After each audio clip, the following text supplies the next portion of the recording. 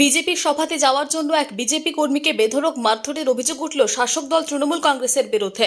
ঘটনাটি মন্দির বাজার বিধানসভার এনায়েতপুর এলাকায়। স্থানীয় সূত্রে জানা যায়, গত মঙ্গলবার দিন মন্দির বাজার বিধানসভার কৃষ্ণপুর পঞ্চায়েত এলাকায় মণ্ডল কমিটির সদস্যদের নিয়ে একটি মণ্ডল সম্মেলনের আয়োজন করা হয় বিজেপির পক্ষ থেকে।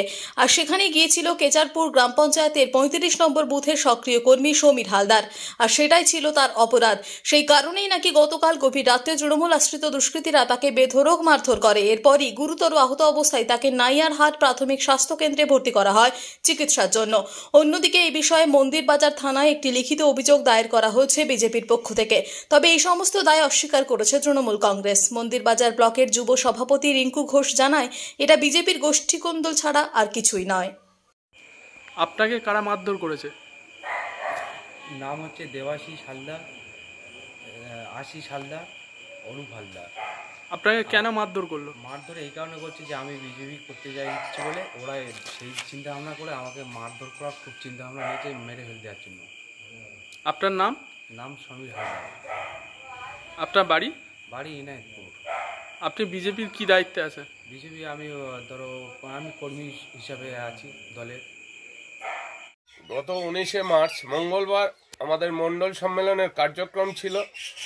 ওই কার্যক্রমে একজন সক্রিয় কর্মী 35 নম্বর বুথে সমীর হালদার আসার অপরাধে তার উপরে কাল সন্ধ্যাবেলায় তৃণমূলের দুষ্কৃত বাহিনীরা আক্রমণ চালায়। এই ঘটনার তীব্র নিন্দা করি। যত মন্দিরবাজার বিধানসভায় ভোট এগিয়ে আসছে, তৃণমূলের সন্ত্রাস বেড়েই যাচ্ছে। কারা কারা আক্রমণ করেছে? আশিস হালদার, দেবাশিস হালদার ও অরূপ হালদার 135 নম্বর বুথে। আপনারা থানায় এফআইআর করেছেন? অবশ্যই আমি চাই পুলিশ প্রশাসন সক্রিয়ভাবে কাজ করুক। আর যদি না করে আমরা কিন্তু এর থেকে আরো বৃহত্তর আন্দোলনে নামবো। আপনার পরিচয়? আমি মন্দিরবাজার বিধানসভার 1 নম্বর মন্ডল প্রেসিডেন্ট। আমার নাম বিজয় প্রামাণিক। এটা একটা পারিবারিক ঘটনা। পারিবারিক ঘটনাকে রাজনীতিভাবে চালানোর চেষ্টা করছে। কারণ মন্দিরবাজার ব্লক তৃণমূলের শক্ত ঘাঁটি। বিজেপির মধ্যে যেভাবে গোষ্ঠীকন্দল 2, 3, 4টে করে গ্রুপ রয়েছে, তাদেরকে নিয়ে ওরা মেটাতে পারছে না।